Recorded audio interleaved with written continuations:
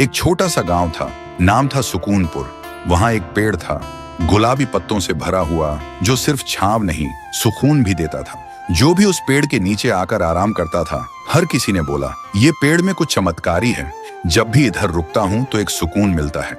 उसी गांव में एक बुजुर्ग दादू रहते थे, अपने पोते के साथ। उन्हें गांव के सबसे समझदार इंसान माना जाता था। वो दादू अपने छोटे से पोते राजू को हर शाम उस पेड़ के नीचे लाते और कहानियां सुनाते और कहते, बेटा, ये पेड़ सिर्फ पेड़ नहीं है, ये हमारा परिवार है।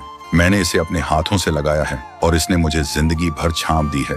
राजू मुस्कुरा के पूछता, दादू, क्या पेड़ भी परिवार होते हैं? दादू थोड़ा सा हंसते हुए बोलते, जिसने तुझे बिना कुछ मांगे छांव दी, थकान में सहारा दिया, वो क्या किसी अपने से कम है?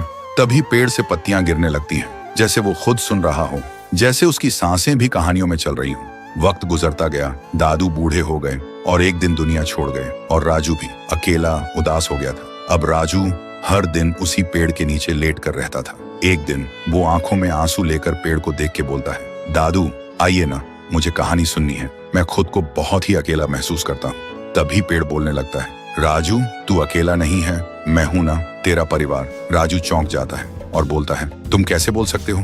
तुम तो पेड़ हो। पेड़ ने धीरे से कहा, तेरे दादू ने मुझे इतना प्यार दिया था, हमेशा मुझे परिवार समझा, और आज तुझे यूं टूटा हुआ देख के मेरी रूह कांप गई। मैं कैसे देख सकता हूँ अपने परिवार को ऐसे तन्हा। उसी दिन से राजू फिर से मुस्कुराने लगा था, क्योंकि अब वो अकेला नहीं था। उसके साथ उसका पेड़, उसका परिवार था। वक्त गुजरता गया, राजू बड़ा हुआ और एक दिन शहर चला गया। गांव की जमीन बिक गई और एक दिन उसी पेड़ को भी काटने का वक्त आ गया। जब पेड़ गिरा, ऐसा लगा जैसे कोई दिल टूट गया हो, जैसे कहानी अधूरी रह गई हो। सालों बाद राजू वापस आया और जहां कभी पेड़ था, वहां सिर्फ मिट्टी थी। देखते ही उसके आंसू बहने लगे। उसने धीरे से कहा, दादू, आपने कहा था ये पेड़ मेरा परिवार है, लेकिन मैंने ही इसे छोड़ दिया था। आज मुझे दुनिया की सबसे बड़ी धूप में छांव चाहिए, पर मेरे पास कोई नहीं है। आप नहीं हो, और जिसे परिवार बोला वो पेड़ भी नहीं रहा। राजू फिर से अकेला हो गया, लेकिन तभी जमीन की मिट्टी में से आवाज आई, राजू, मत रो, मैं हूं ना, तेरा पेड़, तेरा परिवार। तुझसे दादू की हर कहानी सुनी, तेरे हंसने की गूंज मेरे तन में अब भी घूमती है। मैं गया नहीं हूँ, मैं तेरे साथ हूँ। जब तक तू मुझे याद रखेगा, मैं तेरे साथ जीता रहूंगा।